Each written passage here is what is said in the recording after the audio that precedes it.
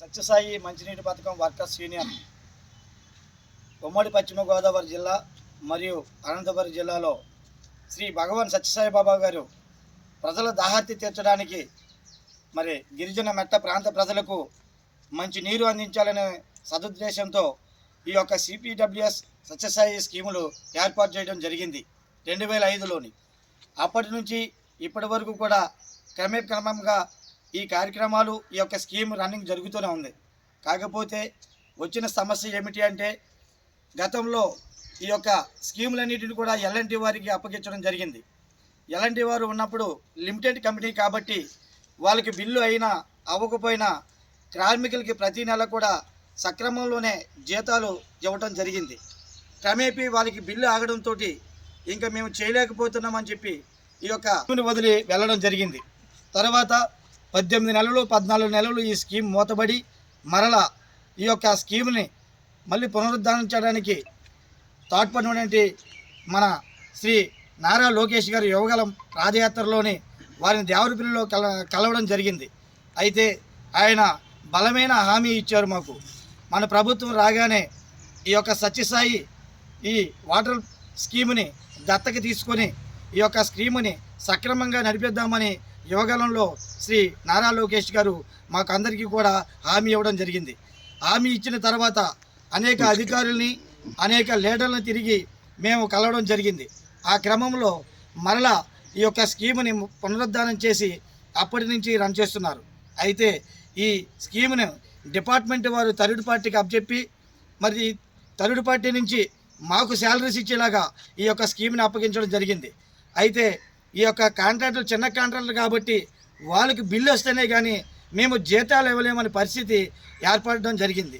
అయితే మేము డిపార్ట్మెంట్ దగ్గరికి వెళ్ళి అయ్యా మాకు 8 నెలల బట్టి జీతాలు లేవు, మా పరిస్థితులు బాగాలేదు, ఈ రోజున మా కుటుంబాలన్నీ కూడా రోడ్డున పడవలసి వచ్చింది, జీతాలు ఇప్పించండి మహాప్రభు అని మేము అడగడం జరిగింది.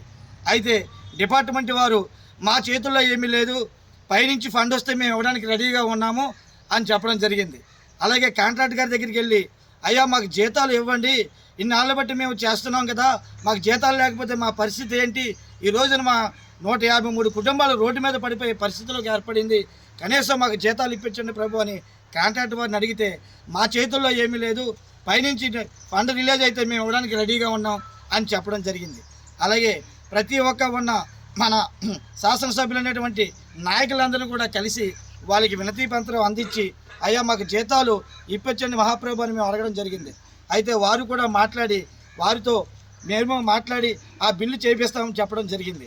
అలాగే ఇప్పుడున్న పరిస్థితులను బట్టి 8 నెలల బట్టి జీతాలు లేక మేము చాలా ఇబ్బందులు పడుతుంటే ఆ ఇబ్బందులను పక్కన పెట్టి మమ్మల్ని కార్మికులందరినీ కూడా మీరు ఎక్కడికి వెళ్ళి ఎవరి దగ్గరికి వెళ్ళి మీ విన్నపాలు వినిపించవద్దు, ఆ డబ్బులు వచ్చినప్పుడే వస్తాయి, మీరు ఎక్కడికి వెళ్ళినా సరే ఎవరు అని చెప్పడం జరిగింది.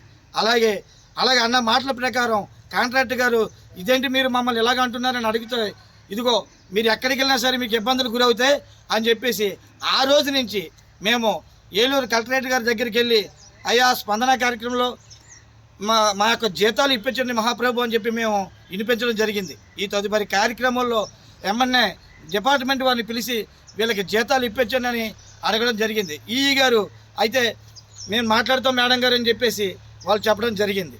అలాగే ఆ అడిగిన కానించి ఎవరైతే ఆర్జీ నెంబర్లో పెట్టారో వాళ్ళ దగ్గరికి వెళ్ళి అరెస్ట్మెంట్లు చేసి వాళ్ళని భయభ్రాంతులకు గురి చేసి ప్రతి ఒక్క కార్మికుడిని మీరు డ్యూటీలు సక్రమంగా చేయకపోతే చేసినా సరే వాళ్ళ మీద చర్య తీసుకొని మిమ్మల్ని తీసేస్తాం, మిమ్మల్ని మార్చేస్తాం అని ప్రతి ఒక్క కార్మికుని భయభ్రాంతులు చేసి ఇవాళ సంస్థని దుర్వినియోగం చేస్తున్నారు.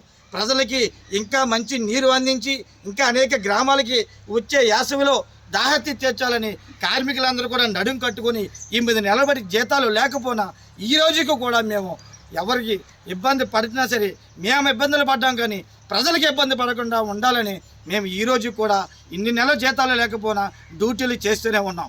కాబట్టి ఈ యొక్క కార్మికుల కుటుంబాలని తక్షణమే మీరు పరిష్కరించి మా యొక్క జీతాలు ఇప్పించి మా కుటుంబాలను మీరు మా జీవితాన్ని మాకు ఉద్యోగ పద్ధతిని ఇచ్చి మమ్మల్ని అందరినీ కూడా తక్షణమే జీతాలు ఇప్పించి మమ్మల్ని అందరినీ మా జీవితాలు నడిపించమని ఈరోజు మేము సభాపూర్వకంగా కోరుకుంటున్నాం.